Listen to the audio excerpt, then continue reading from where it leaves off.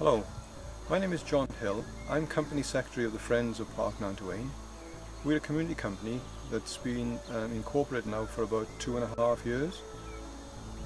We are run by a management team of 15 directors and we have currently around 110 members.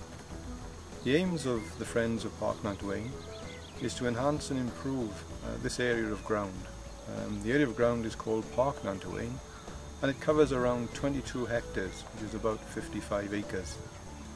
It's quite a diverse habitat and a real haven for wildlife and for plant life. The site has got great historical importance. At one time there were a couple of mine workings on the site and it's crisscrossed by tram roads that were built in the days of the Nant-Y-Waun ironworks. There are two tram roads in the park. The one is the Beaufort to Gilwan tram road and the other one is the Beaufort to Nant-Y-Waun tram road. So far the company has attracted over £300,000 of grants from organisations like Kid Coed, part of the Forestry Commission, the Welsh Assembly, Garvo and Communities First Trust Fund.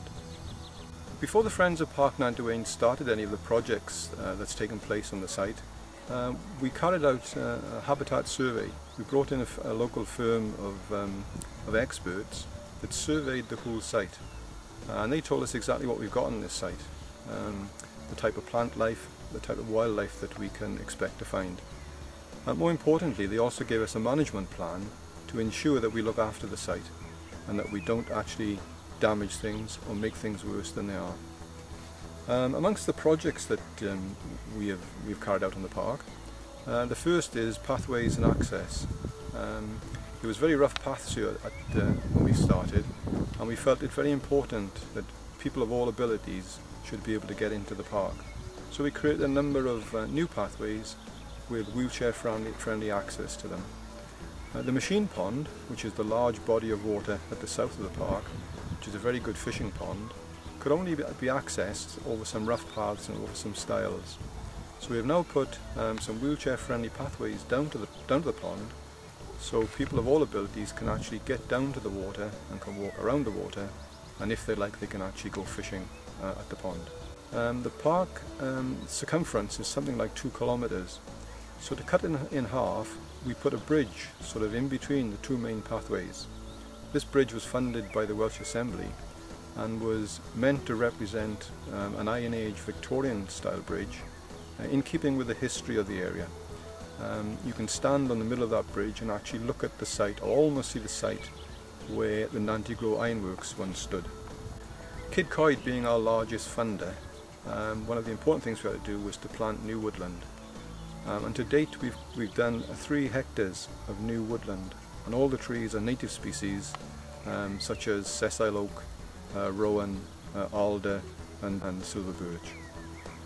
We've also constructed an outdoor classroom which will seat something like 80 people. It's built on the style of a sort of an auditorium and is ideal for events, and more particularly it's ideal now for local schools to come along and hold sort of outdoor lessons in the classroom. We constructed a picnic area. We flattened out an area with a lovely view, a beautiful view down the Ebbw Valley, and put a few stone tables and benches there, and it's now a nice little picnic area where people can come along and enjoy time in the park. We put lots more seating and bins in the park with an aim to encourage people to come to the park and to sit down and relax, and also for places for them to put their rubbish. We are quite proud of the entrance features that we've put into the park. Most of these entrance features were designed by Year 9 pupils from Bryn Mawr Comprehensive School. Their designs were taken and converted into workable gates and entrance features. Another project that we've undertaken, and I've just completed sort of phase 1 of the project, is memorial trees.